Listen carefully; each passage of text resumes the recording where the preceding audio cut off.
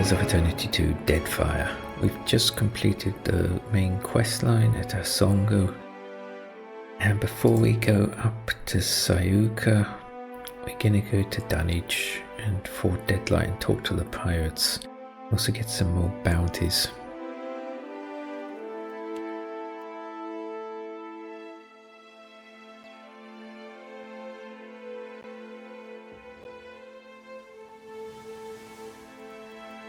Where is it?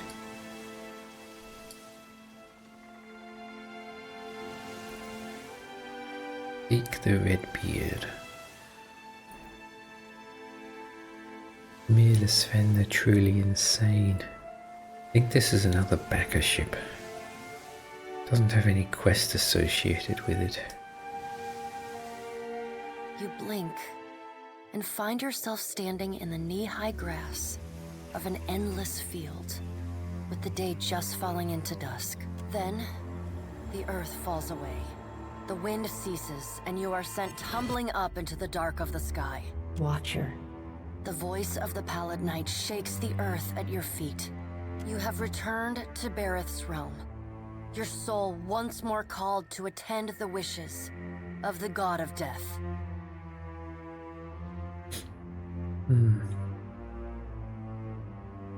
This shit again. Yeah, I'm getting a bit fed up with it. Bow. Once again, you have spoken with the Child of Light. Tell me what you have learned. He's making for Magran's teeth. Intriguing.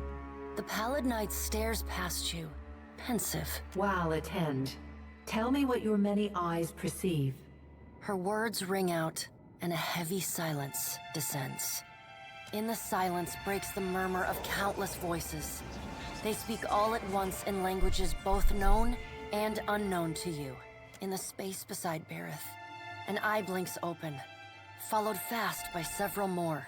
They are round, keen eyes of Kith, the slit eyes of snakes, the small, dark marbles of birds, the bulbous lanterns of deep-sea fish. Here we are.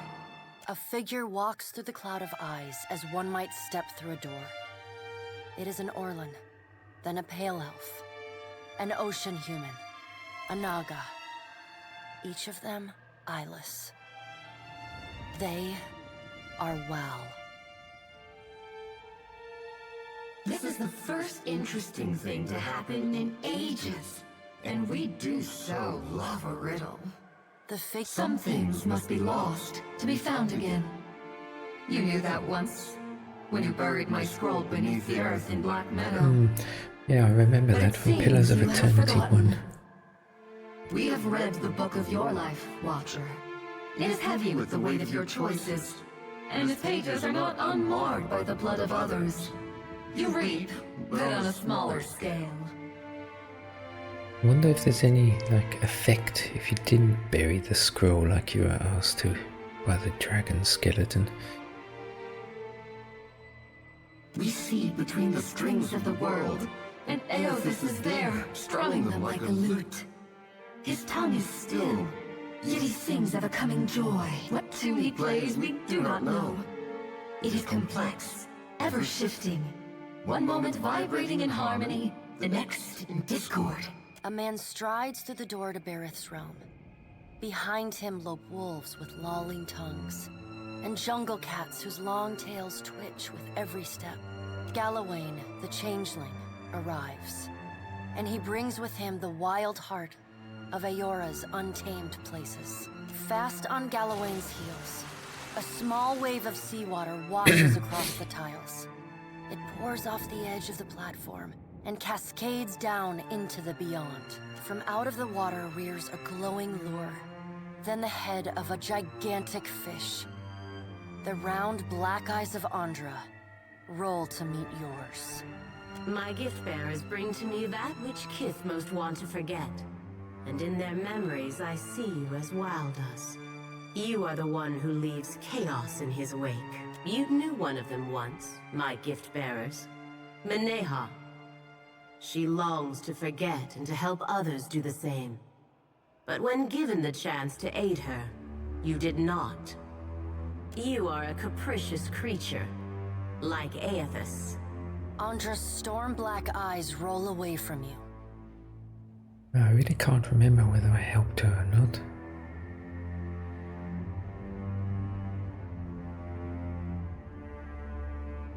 Again, I wonder if I had, what the text would be here. Eothas is nothing if not resourceful. I admire his nerve. In the changeling's voice, you hear the soft patter of rain on leaves and the rush of wind through treetops. Aren't you worried? No, he is a creature of the pack, left long alone. Without our strength behind him, he is weak. If his journey leads him back to us, he has proved himself worthy of return to the fold. Eothas does not return to us. He returns to execute some grand plan. We must stop him. Andra's voice rises like a tide, panic riding its crest. The doors lining the walls of Bereth's realm slam open in unison. Warped pieces of ancient armor and the remnants of discarded weapons roar through the doorways. They meet in the center of the room, in a shower of sparks, and form the vague figure of a man. Finally, a blacksmith's sledge hurtles past your shoulder, and the figure snatches it from the air. A man made half of metal and half of ruined skin stands before you. The rounded metal of a well-worn shield makes up most of his skull, his right eye socket, and jaw. His mouth is pulled forever into a half-grimace. If Eothas has something foolish planned, perhaps we can turn him from that path and set him down a more productive one. Abaddon's words crash and screech together, like long steel gears forced to movement for the first time in centuries. Abaddon speaks with a child's naivety. Other gods don't seem too concerned. He violates not their realms, but mine. I feel his urgency in every stamp of his feet along my spine. I will send tsunamis to slow him, if Mogren would stir the earth beneath Mogren's teeth. The water at your feet recedes. Lava oozes up through the shallow water, and a woman made from the guts of the earth emerges. She settles her characteristic broadsword on her shoulder and sighs a cloud of smoke and ash. Mogren returns. In the age when our steps carved valleys across the face of Eora, our bodies were impervious to all but the strongest attacks. I doubt fire and water will be enough to stop him, but I will bear down upon Eothas with all the heat and fury of the earth. If I must. There must be another way to stop him. The death of thousands now could prevent the death of millions later. But you don't know if you'll save millions. You might kill thousands for nothing. Dark, inky tears fall from Andra's eyes. Sacrifices of the few protect the futures of the many. You cannot let your petty mortal feelings blind you to the urgency of the dilemma Eothas has thrust upon us.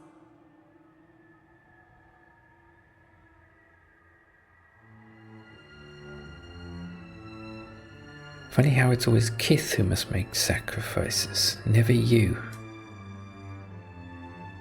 You will mind upon whose ground you tread.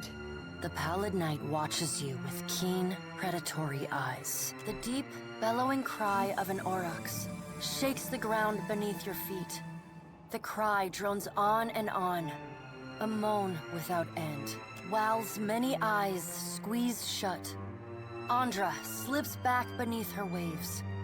Mogren dissipates in a swirling cloud of steam.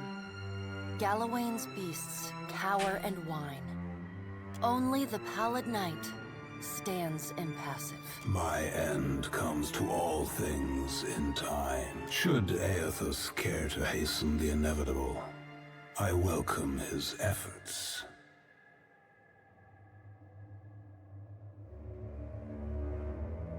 What could Eothas possibly gain by destroying Eora? Eothas seeks a slate wiped clean. Freedom from the endless revolutions of Berath's wheel. The final emancipation of the countless stolen mortal lives the gods hoard within themselves. The Child of Light will not choose the hour of my death. Magrin tests the edge of her broadsword with a smoldering finger.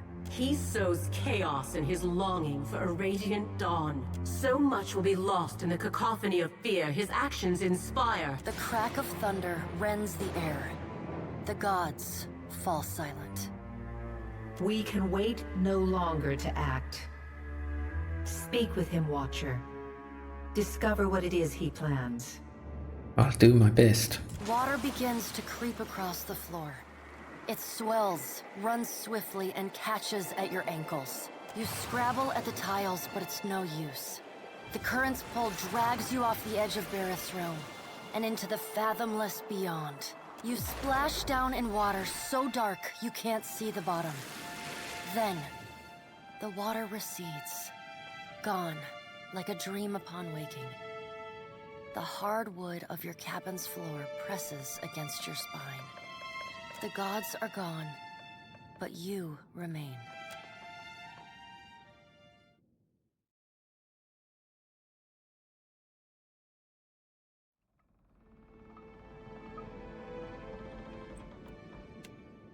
Okay, let's go back on deck and carry on Dunnage. Rafik the Red Merchant. Melisfin, Dour Old Forwin. Maybe we can kill that slaver. Coming this way. Yeah, it might be, yeah. Maybe we will intercept.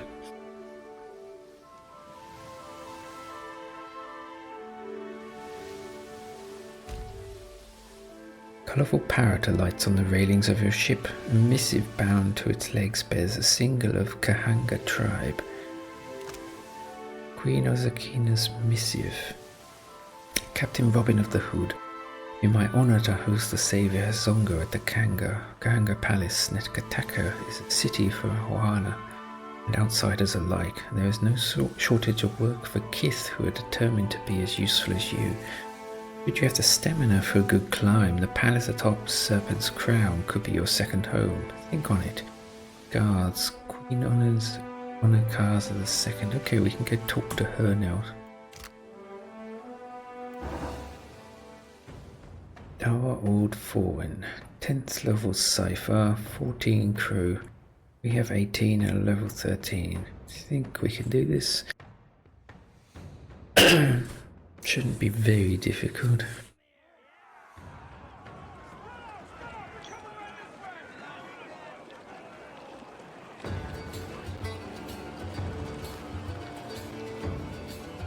What have we got here? We have Fasina. There, Maya, Constantine, Shudi. Maybe they need some help up there. I think we'll buff up and send little John up here. And of course they're all in the wrong position again.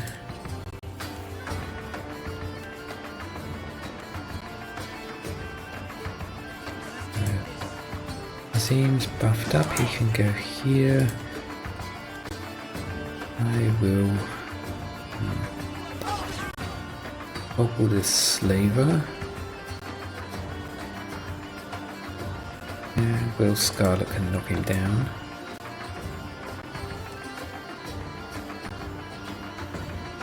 Get up here quick.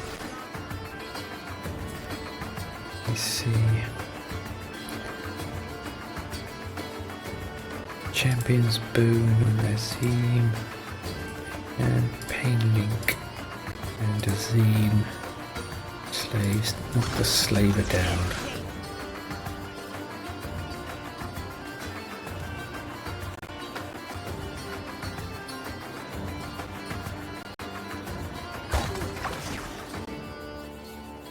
Bring out skeletons quickly. and come here and roar.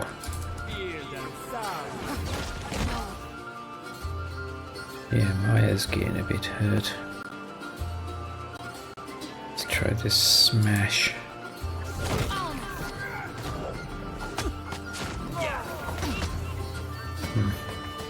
That didn't seem to do a lot. I could put this down.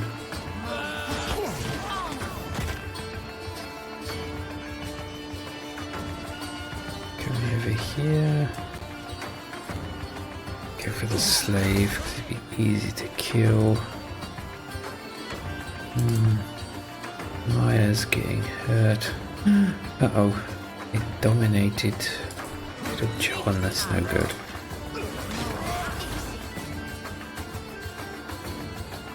Let me see. Down, healing here, quick. And again. How long is he dominate? 1.6 seconds. Get him.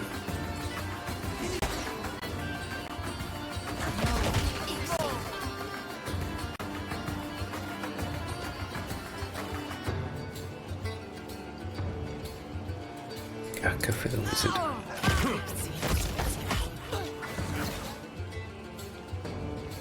Where's Will Scarlet? This way. This guy for me.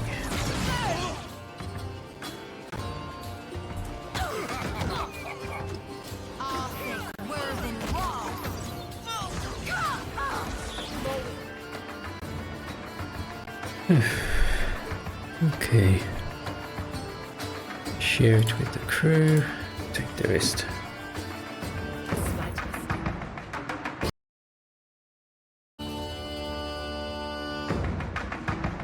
Now let's go visit Dunnage.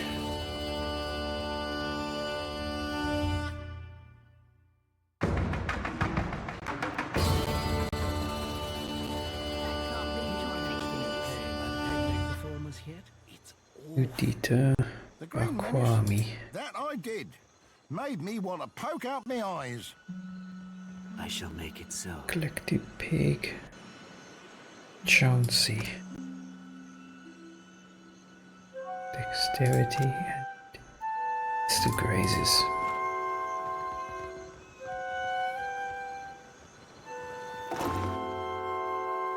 Fire kelp and rum. Rum is useful for a tuck. Damn me for a buttered slice of hardtack. It's you, ain't it? Pale elf squints at you and puffs on a pipe. Acrid smoke from the bowl wreathes her face. Do I know you? Of course not, but I know you like I know the curve of my 11th toe. She winks and shuffles closer. The Watcher, captain of a mighty ship, god chaser and fiend slayer.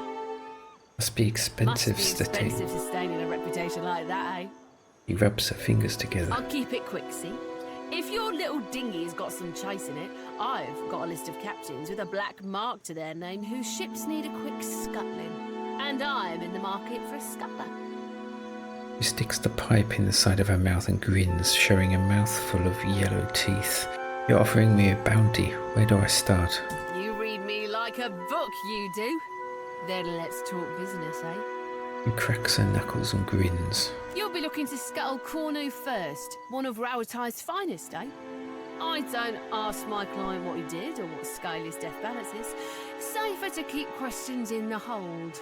I'll take the bounty. Of course you will. Knows a good opportunity when you seize it.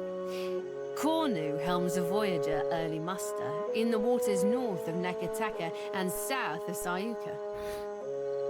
Farewell.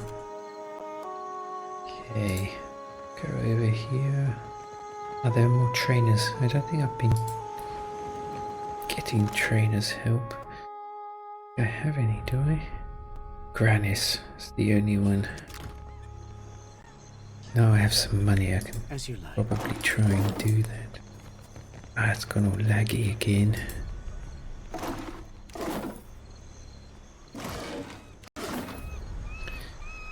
Zorro. One resolve. High reflex.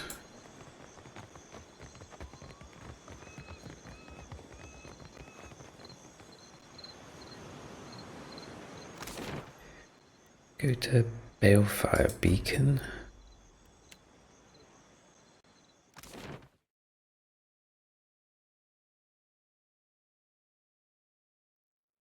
Now come to King's Coffin for pottage.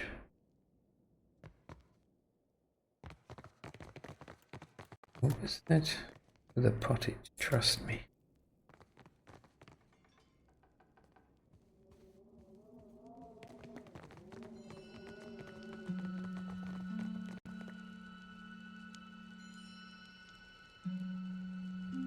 Captain Ferrante. Ah, Watcher. Good, you have arrived. Chin jutting upward, he grants you a winsome smile. His left cheek dimples as the smile spreads to show teeth. A little seabird informs me that you have dealt with our mutual problem, the scoundrel Benoit. His eyes glint as a fierce grin cuts across his face and his lone dimple deepens. Gelarde, for this you have my grandest commendation. He had it coming. That he did. Indeed. Ferrante strokes his fingers down the line of his jaw, eyes downcast in thought. And as promised, I have prepared for you a fine prize. With a sweep of his arm, he offers you a magnificent cloak. Oh, is that it? Cloak of protection. However, there is another matter of which we must now speak. I must confess to you a bit of a problem has arisen.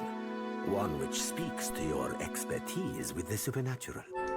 We've sighted the floating hangman that haunts the Deadfire. Wait, did you just say a ghost ship haunts the Deadfire?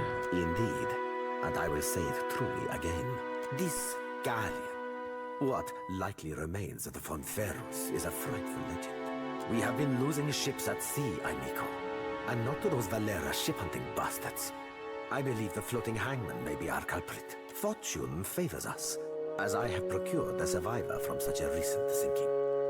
You will consider what she has to say. Head craning abruptly to the side, he barks a louder order. Come forth, Selenia. Quickly now, or I will run the rivers of your lethargic blood. And at last he smiles.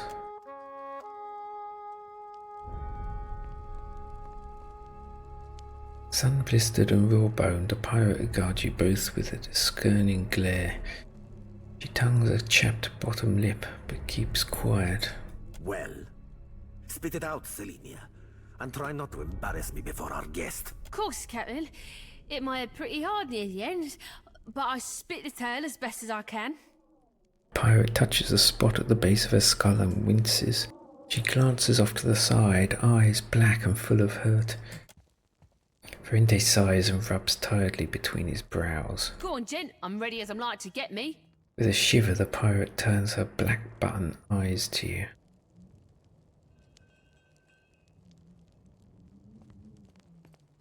I'll try not to press you to remember more than we absolutely need. You aren't quite what I expected, Watcher. You're... He wets her lips. kinder than most.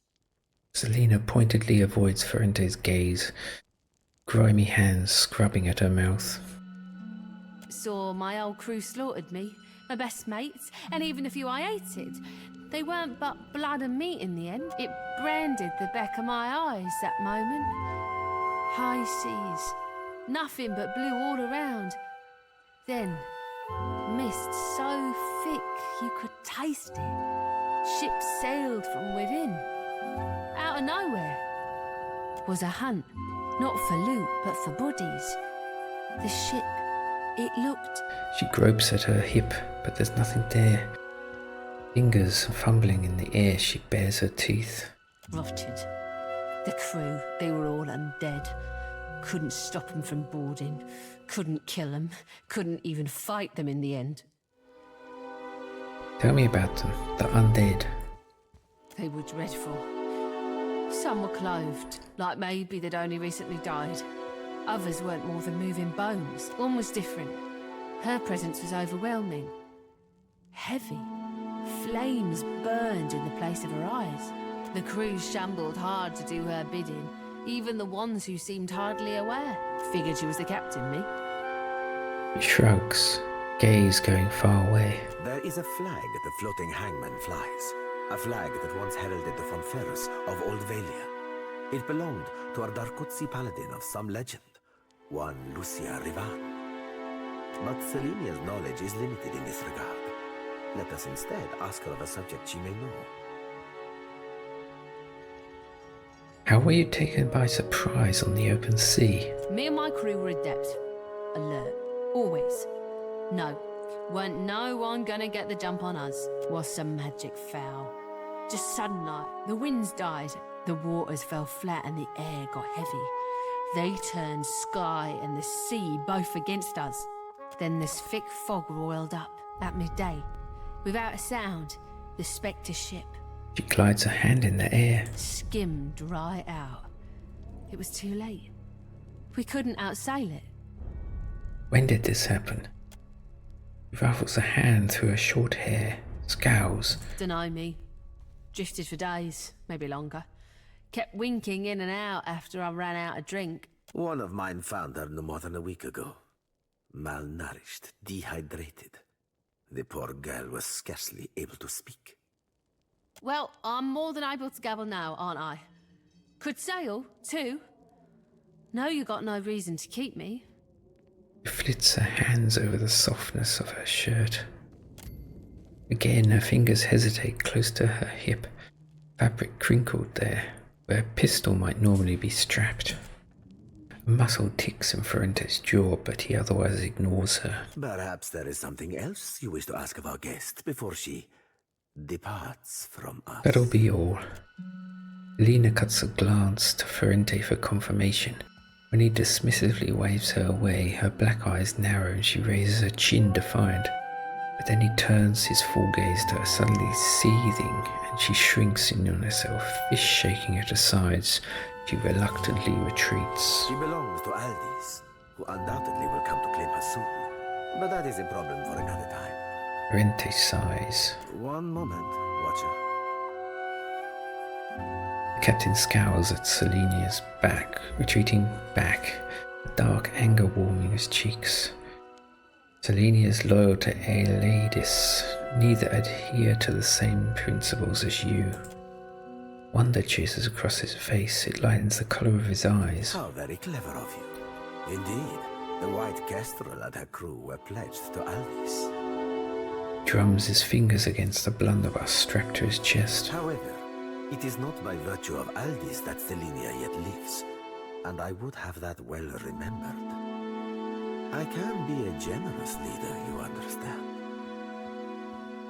And you can be a ruthless one, too. Truly. Grins, errant and dangerous on his left cheek as dimple cuts deep. Allow me to cut to the heart of it. Lucia Rivan, whose flag flies atop our spectral ship, was a Darkotsi paladin who died more than 200 years ago. It is my hope that uncovering the details regarding dear Rivan's fate in life may illuminate the nature of her undeath and how to defeat her galleon.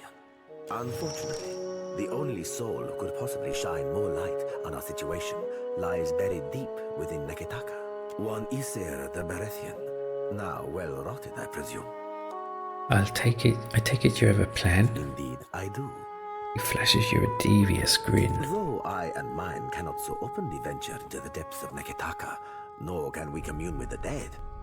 You, Watcher, are adept in both of these areas, correct? You must search the Temple of Berath on Neketaka's sacred stair. Yseyr's tomb within it should contain a chronicle for how and where he slayed our paladin, Rivan.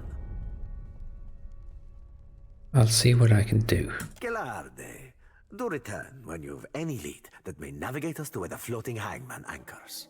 I will be waiting. Nods cordially in dismissal.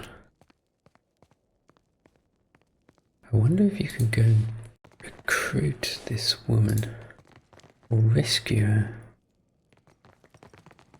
God, it's very laggy here.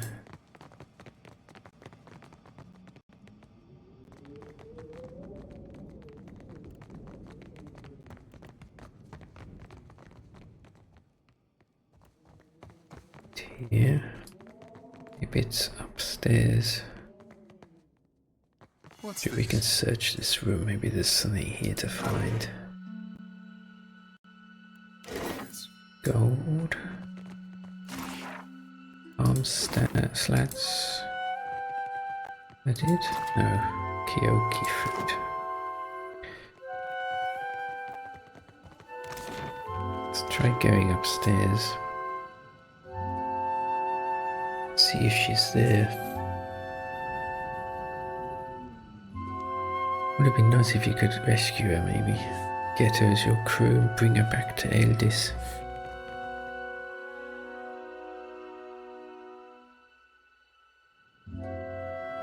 She here? Can't see her. Don't know where she's gone. Wild's wind. Quite useful. Nothing worth stealing. Okay, I will leave this building.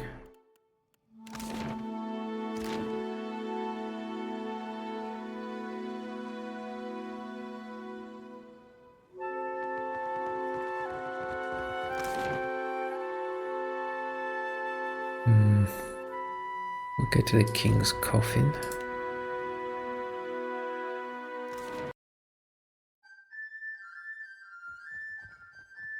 Dunnage is interesting, there's lots of little side quests. There's also a nice treasure shop. Kill him, wait an hour, then pull any gold teeth. Easy as pie.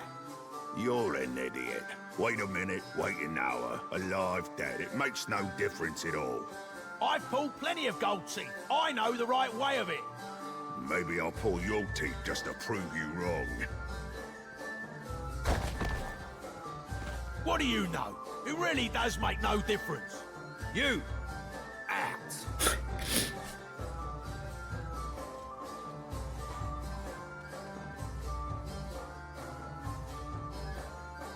The person looked like a human. He's almost as big as Little John. Happily.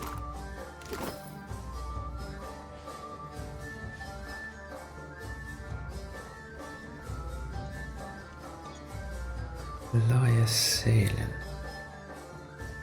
You find a lanky blonde elf flipping through a book of Adair and poetry by the artist Silver. His armour is well worn and well kept, and he bears on his breast an image of a double-headed eagle holding a sword and crown. Looking more closely, you notice with his free hand he's picking a padlock. Hello. May I help you? He catches you looking and gives you a shy smile. Need anything? Tell me about yourself. I'm not sure what there is to tell. I'm a man of adventure, mostly. You had any that would make a good story? A few. More than I could share in a night, to be sure. There is one that's close to my heart. It led me to my love. Go on. He nods, pleased. I was on an expedition into the backwoods of Yseyr when I came across an abandoned town. To my great surprise, I found a tremendous hoard of books in the town priest's cottage. Surprising about that. The Yseyrs are conservative folk, more so even than the Adirans. They don't have much use for reading that doesn't come from one of the holy texts of the Church of Eothas. And what a selection of books it was. Every subject represented, even some questionable ones. I couldn't help but help myself to them. I took as many as I could carry, and I can carry quite a bit. I tired soon of wandering, so I settled in a small town in the Deerwood and became a tutor for a noble family. Fell in love with the governess, naturally, and I stayed. For a while. Then what? Well... He rubs at the back of his neck and looks away for a moment. I felt a stirring in my bones one day. I can't explain it. I just woke up, caught sight of the horizon, and had to go. I left my lady wife right there in our marital bed. He sighs deeply, a look of longing flits across his face, but he stifles it with a quick frown. I don't know what's waiting for me out here in the Deadfire. But I have hope this will be my biggest adventure yet. Can you teach me what you have learned in your travels? Well, you listened to my long tale. I suppose you are owed a trick or two. For the low price of 3,000 copper. Explosives and mechanics. Here you are. Much obliged. Digs through his pack and pulls out several locks he's found in his travel. Proceeds to put you through your paces, timing how quickly you complete each lock, and demanding that you do it again, and faster still. Satisfied you have become a deft hand, he shows you how to build a small explosive with black powder parchment and twine. Once you've demonstrated you can create explosives without getting yourself or anything else blown up, he wishes you good luck and tells you to get going. You have learned Elias Salen's training.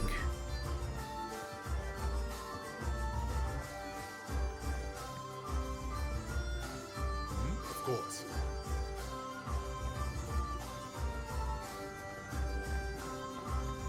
Oh, God have mercy on me. Hunched on his hands and knees, quivering and drenched in sweat, the pirate lets out a pain-filled groan. Lost my God's damn soul and stupidity. Andre, save me now. What's wrong with you? My ship was attacked and boarded by pirate hunters. Didn't know if we'd be able to get away, so I swallowed down my most valuable possession, Gutty's black tear, a gemstone about the size of my fist. Of course now it ain't coming out of either end. Been trying all manner of foul concoctions to no effect on account of my stomach being too strong. Years of sailing the storm-racked seas will do that to you. I started feeling an intense pain 2 days ago. I think I might be dying. I can't even crawl no more. What can I do to help? Make me puke. Whatever you're gonna do, just make it happen before this cursed gem kills me. Give me something strong enough to upset even my iron gut. Rosanella's got a stand in the Radiant Court. She's been supplying me with some, experimental concoctions, tweaking them after. Tell her the last one actually came close to working. Okay, another quest to do. Go up here, there's some things you can steal. Quite a bit of money.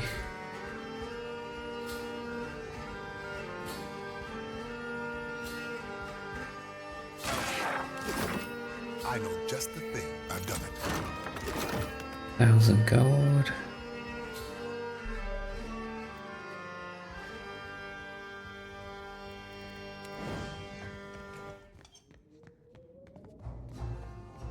Let's see what we found. Disarm this. This stuff. Maybe we can use the boots again.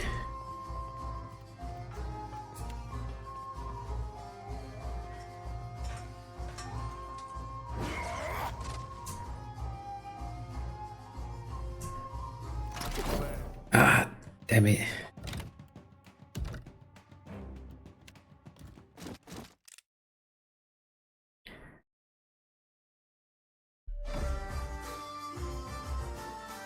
Okay, you have to steal this stuff again.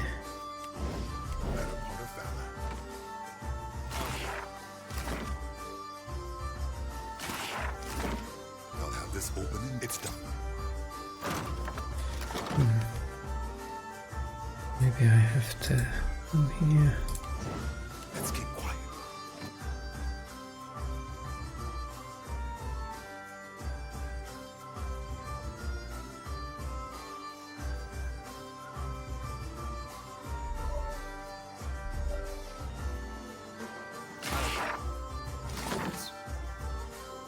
Why does it not let me now?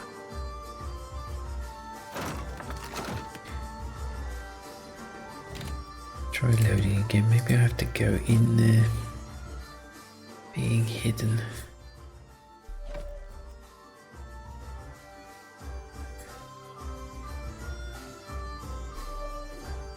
I don't remember doing anything but just walking in here.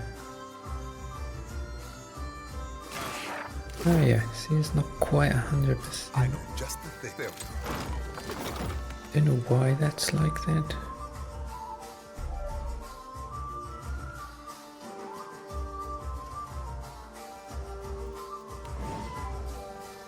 Easy now.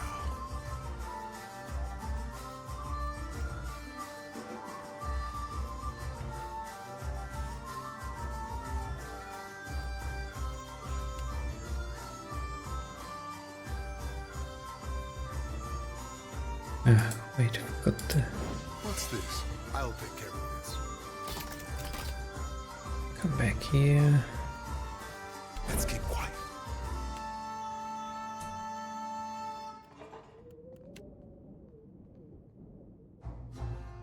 Save it that time.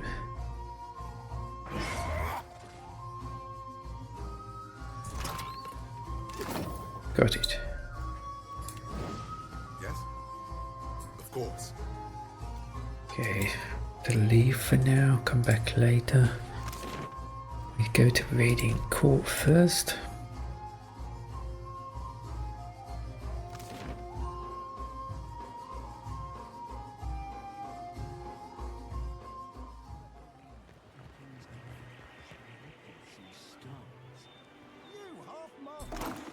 She's got to be 90 years old. Did you hear? The gilded kestrel was lost at sea. From Goldfinch Fleet? Impossible with her wealth. Yeah. So you're the captain the old pork's been talking about. Aye, you do look like a fearsome sort. He slaps a hand onto the bar top with a hearty laugh. What are you having? I'll pour you a double. Patero, send me to you. Ah, I guess the last concoction I made for him didn't do the trick then. Poor bastard. There's one last tincture recipe I know that won't kill him. Probably. It's called Andra's Bile, but I don't have all the ingredients in stock. You'll need a rotten hagfish, an unripened palm stone, and a vial of fire kelp extract. Have him mix it all with a half tankard of grog, and well, hope for the best. Okay, farewell. Now the palm stone is here. Fresh fruit, vegetables, dried goods for long voyages. I got it all right here. What can I stock you up with today? Show me what you have for sale. Here it is.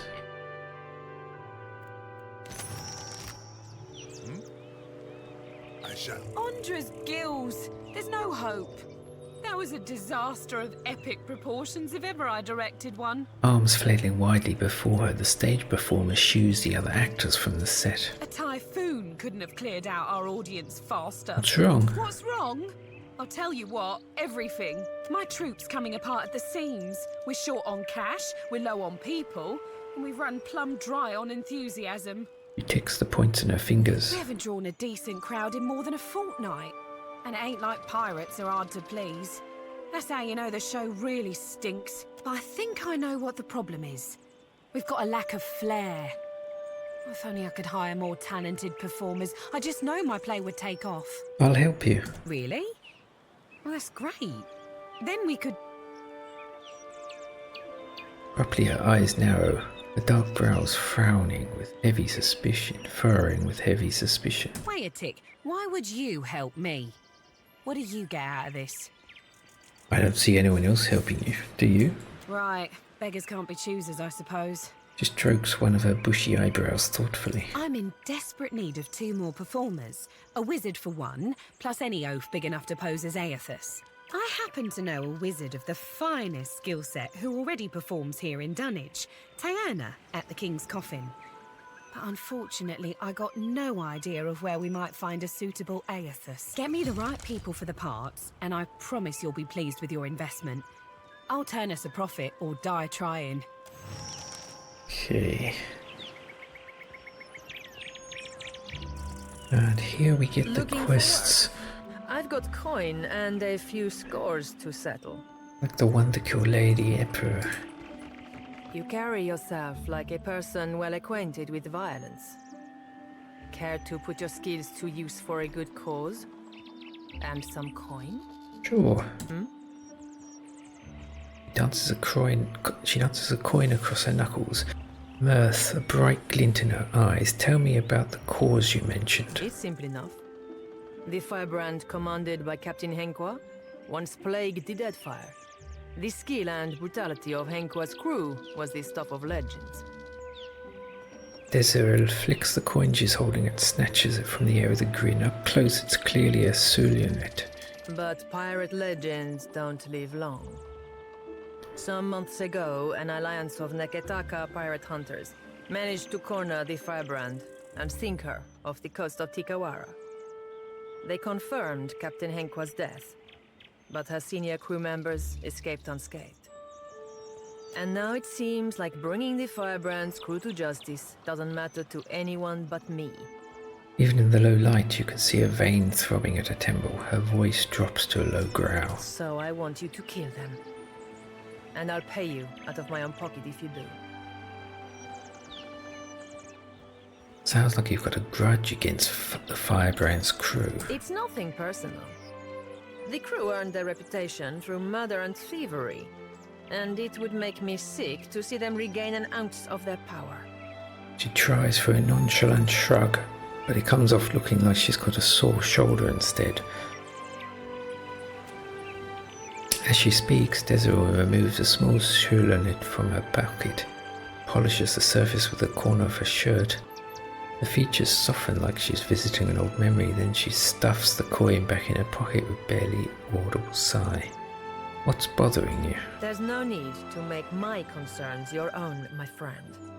But I suppose you have a right to know. Pauses and slips the Sulianet from her pocket again. It gleams golden in the low light. My idiot kid sister was on the firebrand, seduced to a dishonest life by the promise of adventure.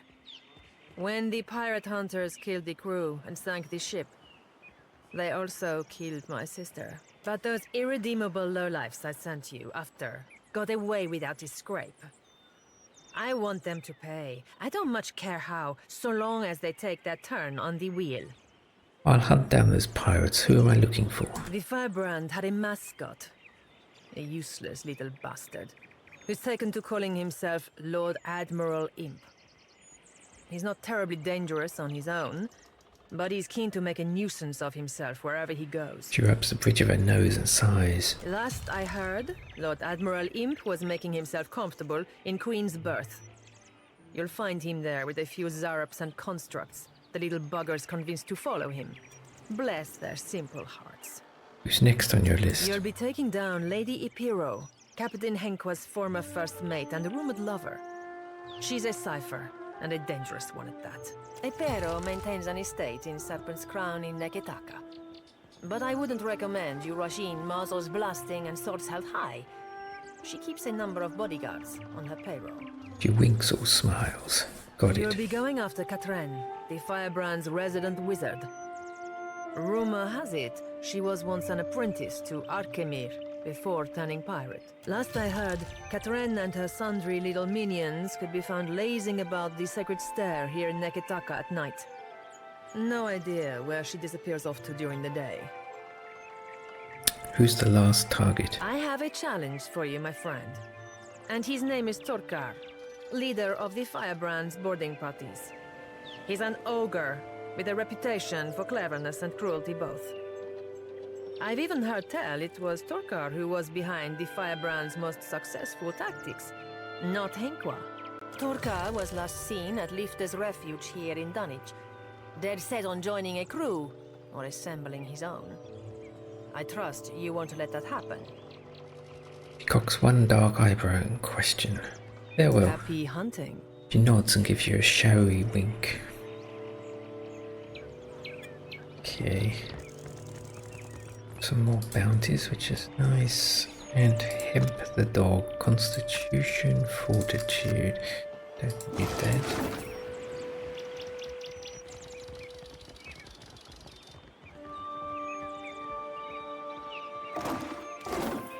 Ish. Yseyr, I think he's a trader. Is a regular ship hunter's ship hunter. No, anyone who kills Lots him. of ingredients here. Is a right hero of mine.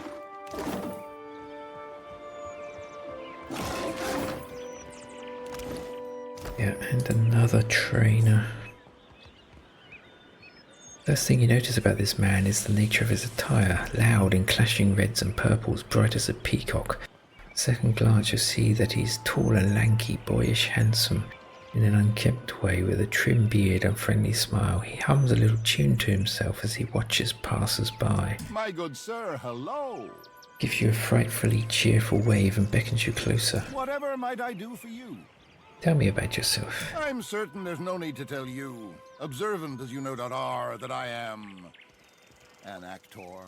He says the last bit with a flourish and takes an extravagant bow. Stage, tavern, street corner. They are as much my home as where I lay my head at night. So, I travel Eora, looking for opportunities to share my gifts with the grateful masses, wherever that may lead me. Make a lot of money doing that. Oh, goodness, yes, loads of it. I've been known to joke that I'm less a man than I am a walking bank, for all the coin that I carry. The common folk do so love an actor. We bring mystery and excitement to their otherwise dreary lives. Yes, you could say we're doing the God's work. As he speaks, you notice that the toes of his soft boots are worn thin. A closer inspection reveals that his robes are unravelling at the hems and are well patched. The elbows too. You're broke, aren't you? How dare you? But you're not wrong, to my great chagrin. Times have been tough of late, what with the giant statues smashing up the place, and few in the Deadfire have coin to spare besides. It's quite difficult, you know, living as I do. On occasion, foolish folk will take my act for reality. I've thrice been run out of a town for impersonating a foreign dignitary.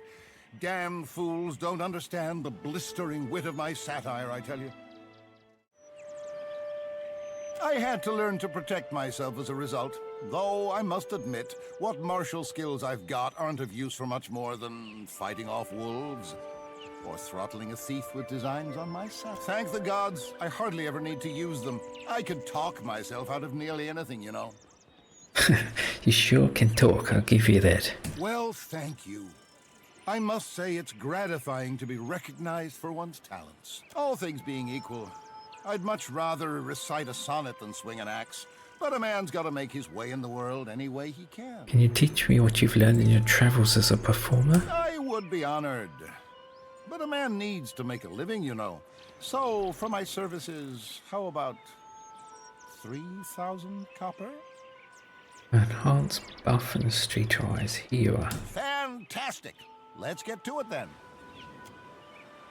Training is idiosyncratic. It starts by describing a character he'd like to play: a street tough, an embittered sailor, a noble in the throes of a tantrum. Then he recites lines to you, asking that you recite them back in the attitude of your character. He then shows you how to use the characters to trick people into giving you what you want. When you show him you've got it, he gives you a wide smile and bids you farewell. Okay.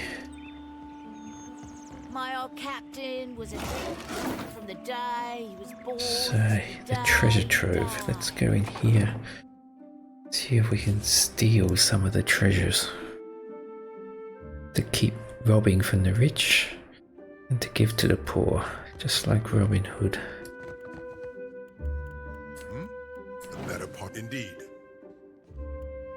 And I need perception. Which was the cat with perception? This one. My perception now 21. I think it's 22. Little John has this amulet. Let's swap that. Yeah, intellect. Isn't this brilliant? Let's see what we've Yeah, there it is. So we can swap that back. Give that back to Little John. And swap the cat for the dragon.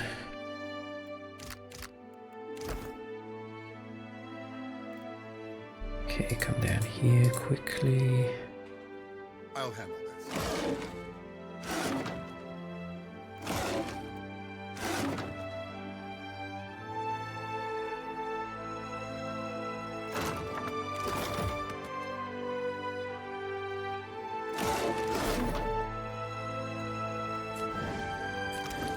So we've got Necklace of Fireballs. Give that to Maid Marian. Sure who could use that.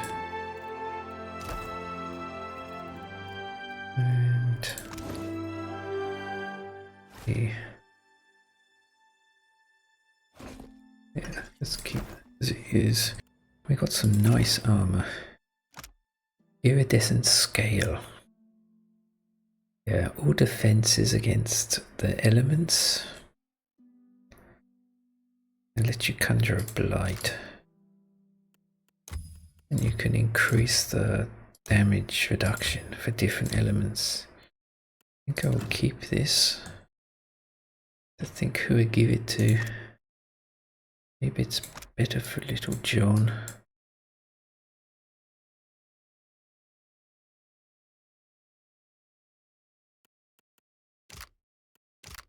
But he is a conjurer, so he wouldn't have much use for the creature. Yeah, let's give it to Maid Marian because she dies a lot. This Cabalist Gamberson is not that great.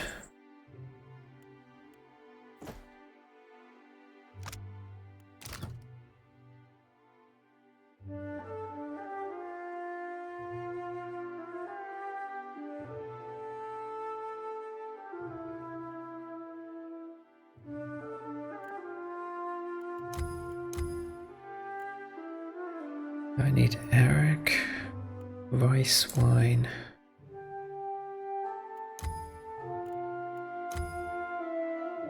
Arga. Remember to get all this stuff. Let's go talk to the shopkeeper. See what else she has to sell. Trove, sailor. Strapping godlike blinks between the swollen crusty tumours lining her eyes. Her lips crack, weeping a sappy substance as she speaks. Anything in my trove catches your eye, you let me know. All right. Show me what you have for sale. Nice flail. No one uses this. This is good. If it wasn't pierce, it would be great. Weak view, stained grasp, death denied, immune to constitution afflictions. Mirror back. 5 deflection against ranged weapons, 2 stealth. 10% reflect against spells. See what we have. Cape of deflection. Yeah, my cape is not very good.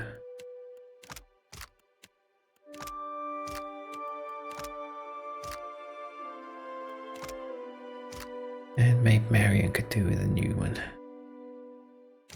Maybe we give this to Maid Marian. This is for Little John. It's another figurine. Void Ward. Don't need that. Ah, this is for Azim. Potion collection. Take the healing potion. And the gems.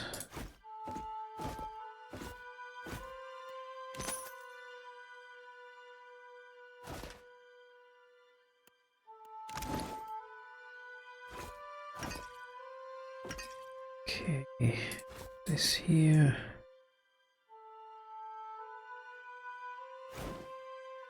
Mirror back. Suits me, don't you think?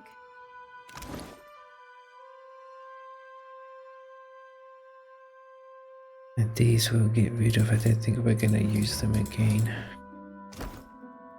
They can go to the ship crew.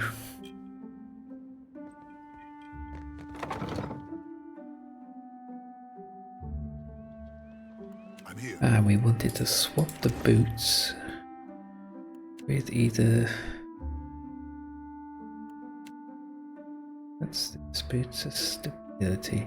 Yeah, let's give that him, and I will have boots of stability because I don't need that. I have evasive fire if I need to move.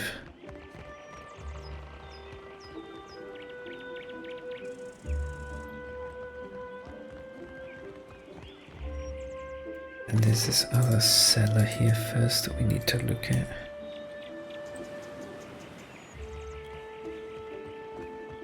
Welcome to my emporium. He gestures at all the stalls around him. What would you like to buy today? Show me what you have for sale. Ah, this is really nice armor. Eager blade and hammer are also good, but we don't need them. We'll take the rope and grappling hook. And the healing potions. The antidotes. In fact, we'll take the ingredients.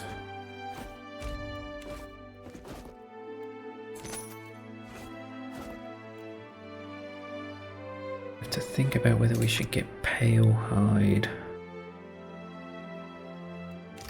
Might actually be good for Little John.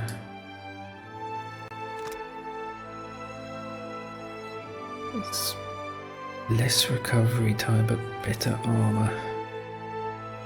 It's just that he'd look really stupid wearing it.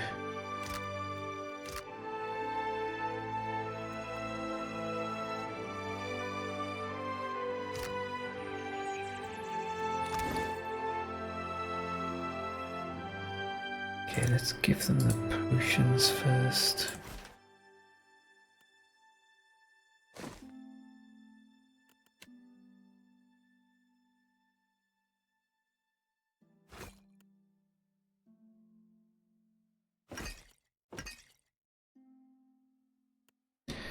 I think, yeah, maybe we get pale hide. Doesn't matter if he looks silly. Please, don't. What would you... It's a Little John. It's a lot of money though. Hope he doesn't look too stupid. It's okay, I guess.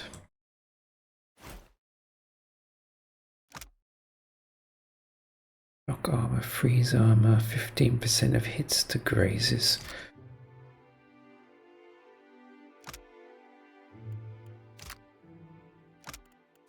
Can we upgrade it? Yep. 20% hits to grazes.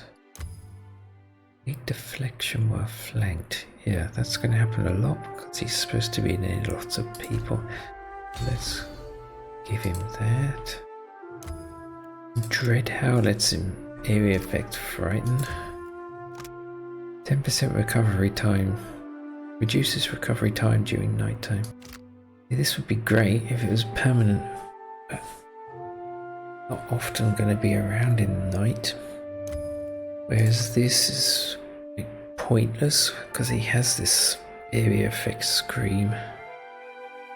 But it is all around him. Maybe that's better.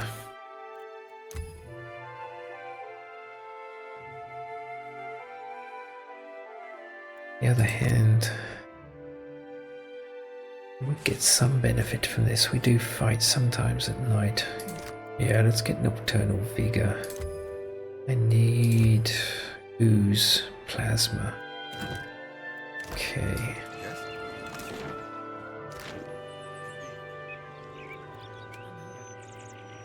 Oh, there's the Blight. What can I do? And jump.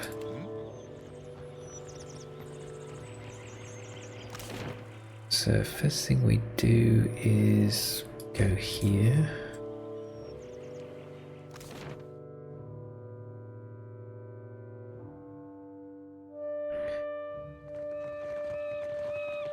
Aquami, a large Amawa sailor sits on the docks, broad-shouldered, hunched forward, back-bowed. When he shifts, his blue-green skin ripples over his hulking muscles. Ain't no cruel eye of me. What good's a pirate who can't see? Forget navigating by the stars or shooting a pistol. I can't even swing a sword accurately now. Have a pity and toss me a pyre, will you? What's your story? Is this what my life boils down to? A moment of entertainment for others? He sighs heavily, big shoulders hunched. I was a bosun not so long ago, and a damn good one at that. But I took a shot to the face, see? He waves one missive hand in front of his sightless eyes. Didn't lose much skin, but the flash burned out me eyesight. I can't make out so much as a blurry shape more than a foot away. Makes me right useless on a crew now, don't it? No one will have me for work. How would you feel about playing the part of Eothas on stage? What? I'm no actor. And besides, I can't barely see nothing as it is. You just need to speak a few lines, stand there and look intimidating. Intimidating I can do. Reciting a bunch of namby-pamby lines is going to be the trickier part, but I'm game to try. Okay. He sighs as he straightens his spine, standing even taller to tower over you. Turn me in the right direction, and I'll make me way to the Radiant Court. Okay. Now there's some more trainers here. I think we collected everything. Yeah. K. Posesh, Carlo Fortuny. You find a woman of early middle years dressed in fine if dirty armour, adorned with bright purple piping. A pair of long scars bisects her brow and jaw. As she stands at ease, a nervous energy thrums through her. Fair day, traveler. She grins broadly, a joyful twinkle lightening her eyes. Anything I can do for you, just say Tell me the word. about yourself. Lady adventurer at your humble service. I was born in a deer and raised in the field, and there's nary a crevice of this archipelago I haven't seen. The living lands most off, but the Deadfire as well of late. And my goodness, if you think the Deadfire's wild, I must say, it's no more thrilling than a lady of luxury's afternoon luncheon, in comparison to the glorious madness of the living lands. Being a cipher's come in quite handy, I'll tell you that. Do you often get into trouble then? Oh, dear me, yes. Can't seem to avoid it. Not a lick of it's my fault, of course. It's the university. Always sending me to the most dangerous corners of Eorzea, the skimps. If I didn't know better, I might say they were trying to kill me. There's not other way to rid themselves of a tenured professor, after all. She laughs. Got any good stories out of it, at least? Oh, aye. Some you wouldn't right believe. Like the time I lost part of my ear here, see? She pulls back her hair and shows you her mangled ear. Looks like something's had a good chew on it. Lost an entire research team along with the ear. Rather a long day, that was. My colleagues have implied I might be cursed, but I can't say I much agree. It's just the nature of the work, you understand. I mean, goodness, if you want a lady to find you the rarest plants, you gotta send her to the most remote places. On my last expedition, my colleague Inez got herself lost looking for what was essentially a big prickly weed. No medicinal use at all. I found her, though. Mostly intact, even. A blessing from the living lands, I call it, aye. But I do go on, don't I? She laughs gaily, her hands splayed across her chest. Could you teach me what you've learned in your time exploring the living lands? With pleasure. Teaching is my specialty, after all. I'm gonna pack your brain with so much knowledge, you're gonna have a headache for a week. All I need from you is 3,000 copper. Enhanced stealth metaphysics. Here you are. Excellent. Let's get down to business, shall we? It starts first with the practical training, how to move silently through the bush, when and how best to hide, how to step so as to muffle the sounds of your feet. Satisfied, she moves on to a high-level explanation of various theories of knowledge. She seems to have quite a passion for epistemology, and she goes for an excruciating long time before at last sending you on the way. You have learned Kay's training. And last one. A trim man in practical, well-crafted leathers watches you from the corner of his eyes, and he catches you looking his way. His hand drifts casually to the dagger at his hip, and he lingers for a moment. And he smiles, the corner of his hazel eyes crinkling with genuine warmth, and waves you over. Take cozy, traveler. Care to hear a tale? He rubs thoughtfully at the stubble along his jaw. Well, Tell me about yourself. I was born to a family of merchants on the Pearl Coast. I was a restless boy, and my feet took me to the Valen Republics when I came of age. Carlo speaks, his previously strong Valian accent begins to fall away and his voice takes on the characteristic twang of the deerwood. I learned of the power of geography and language at my father's knee, and those skills proved useful in the Republics. I had many successful years as a merchant, and then I made a mistake. Gives you a smile and an easy shrug of his shoulders. I joined up with a company based in Girara that traded in beautiful weavings. But they were ill-gotten gains, forcibly produced by a weaver the company kidnapped named Bonisetta. I didn't learn the truth until it was too late. And when our crime was uncovered, I was exiled from the Republics. That's a shame. Indeed. But I should have asked better questions of my employers.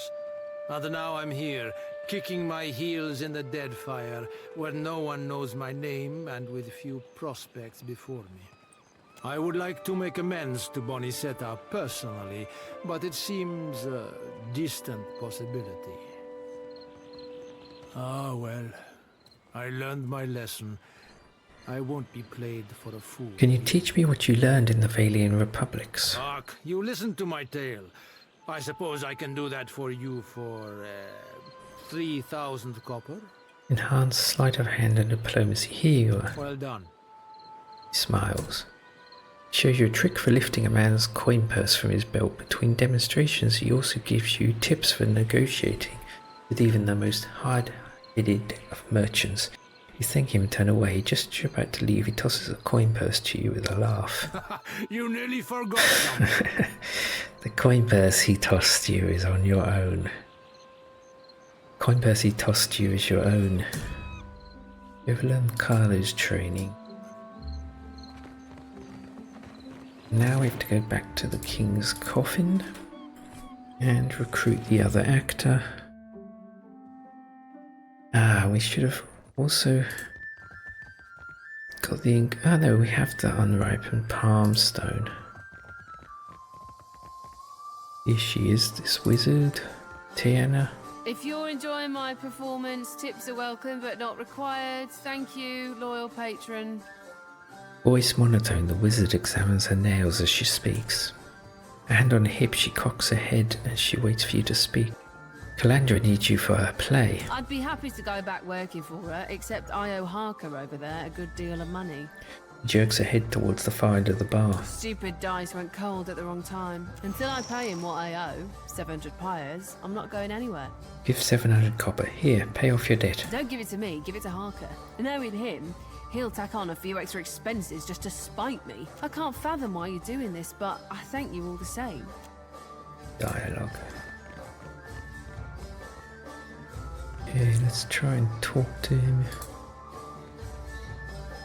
At the bar, you find a tall man with a salty grey hair and striking bright blue eyes. His face sports a handful of long scars that continue down his neck and disappear beneath the collar of his shirt. He looks up from wiping down the counter when you approach and gives you a broad, disarming smile. Haven't seen you around before. Welcome to the King's Coffin. His smile is wide enough to show his bright white teeth, but his light eyes remain cold and flinty. What can I do for you? I want to pay off Tiana's debt. Got to you, did she? The woman can spot a soft-hearted mark from 50 paces. Like a sixth sense or something. Remarkable. He nods to you conspiratorially, as if he didn't just imply you're a sucker easily parted from your money. Here's the thing though. It's more profitable for me to keep her under my thumb, so sweet as your offer is, you can keep the money. Unless there's something else you need, I think we're done here. Turns away and begins fiddling with something underneath the bar. As he does so, you spy red-handed pistols stuffed into the band of his breeches. Let's try and intimidate. How many coins do you think I can fit in your mouth until you choke to death on them? I haven't met someone brave enough to step me in off. It's got to be 2 weeks now. And that guy ended up shot full of holes. Right tragic accident it was. You've lost 700 copper. You've got guts. I'll give you that. Maybe you're not so easy a mark after all. He throws his head back and laughs. The earner's free to go. Okay. And we need the fire What can kelp. I do for you? Have you got any fire kelp extract for sale? Sure do. And at a generously discounted price too. 250 pies. I'll take a vial of the extract. Be careful you don't get any of it in your eyes. Burns like a mother. Oh, burns like you wouldn't believe. Wouldn't wish that sting on anybody. Not even my worst enemy. Actually, yeah. He chuckles deeply to himself as he hands you the vial of fire kelp extract. Farewell. So we can go and help this man cough up the gym. Damn my God. Just kill me now. Skin pasty upper lip, bearded with sweat, the sailor swears and moans. Lost my God's damn soul in stupidity. Andre, save me now. Rosanella says this should work. Give him the ingredients for Ondra's bile. Hands trebling, Pietro hastily mixes the contents into a wooden mug half filled with water. With a final nervous swallow, he lifts the mug to his lips and downs the concoction. After several moments, nothing happens. Then he shakes his head, expression grim. Oh. But then he goes white as a sheet, his throat waddles red and his mouth pops open in a little surprise. Oh, God! He's coming out the other end now! Iron Gut swoops up the vomit-coated gemstone, what looks to be black pearl the size of a small rock. He gives it a quick wipe down before thrusting it into your hands. You've gained a black pearl. Oh, now, if you'll excuse me, I need a change of bottoms. Nice. Biting back a curse, he hurries off. Well, we can leave now. And go back and finish the play quest.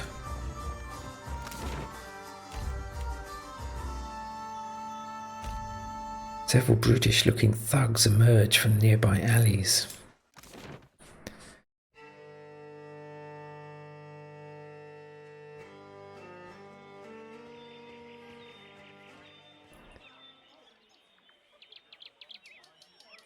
Well, if it isn't Arca's new business partner, that's quite a lot of coin you two exchanged.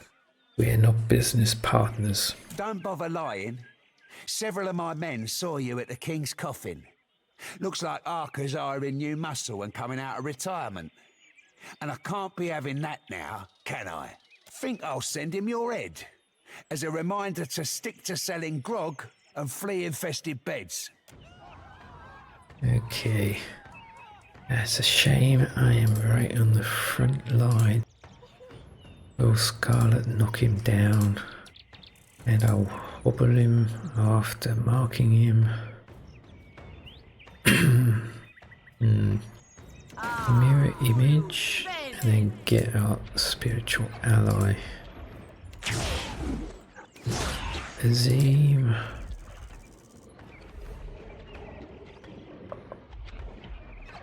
Go after the thug.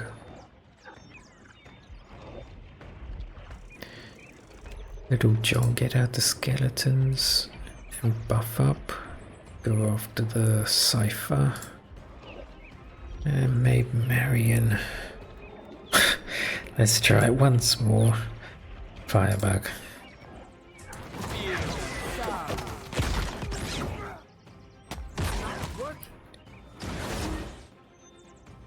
7, 19.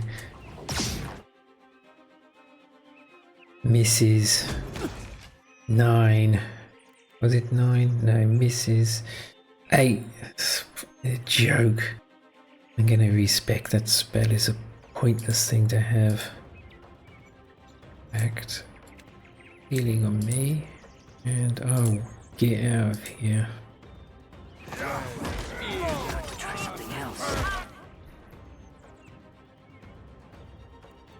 Let's see. Infestation of maggots. Open this one. Sicken him.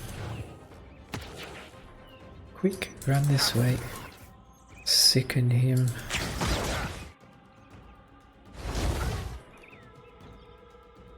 Dead. In fact, we'll go for the Mindbender. Let's try and interrupt.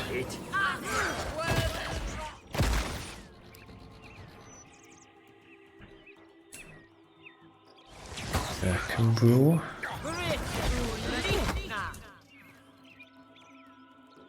Very well.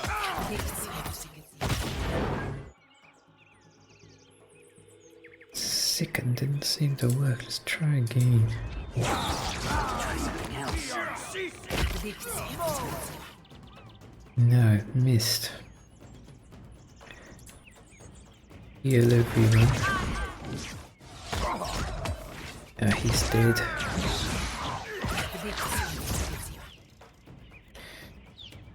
Is switch to puke stabber. God, that mirror image is lasting forever.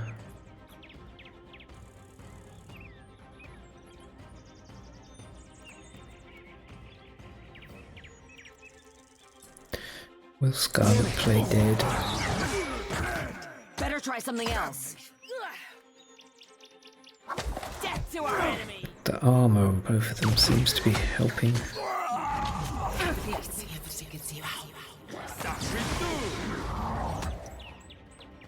Around here, flank. This weapon's no good to me.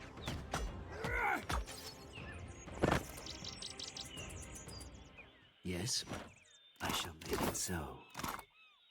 See what we've got. Boots of the stone. It's not bad. Fine saber.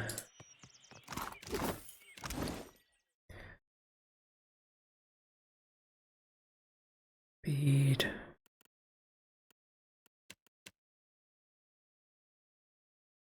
Dexterity, resolve, might, affliction, resistance. Don't think I have that already.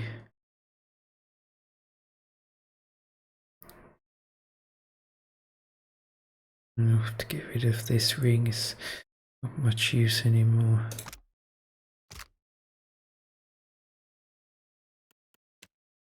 Or we give it to RotH.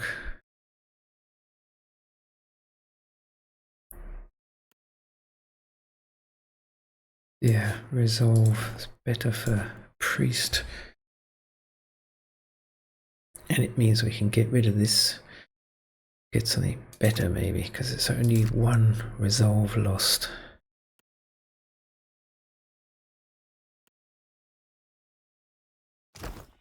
Oh? I shall.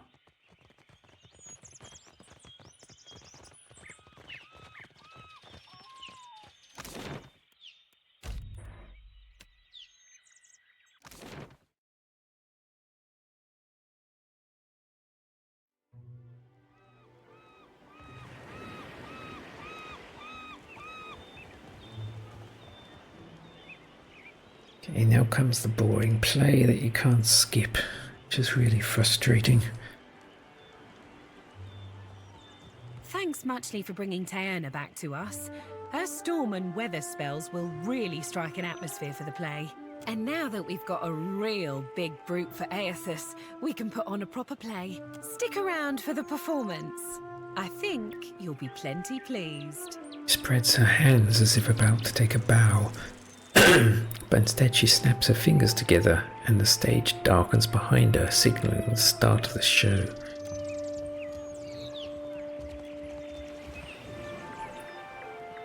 Ladies and gentle pirates, and rapscallions too, you are in for the truest of mental treats.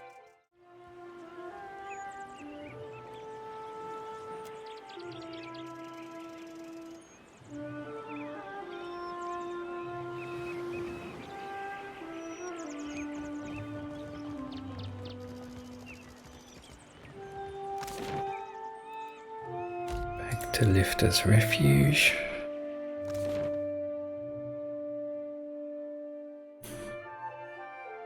So, just wondering if we should do this Torkar bounty now.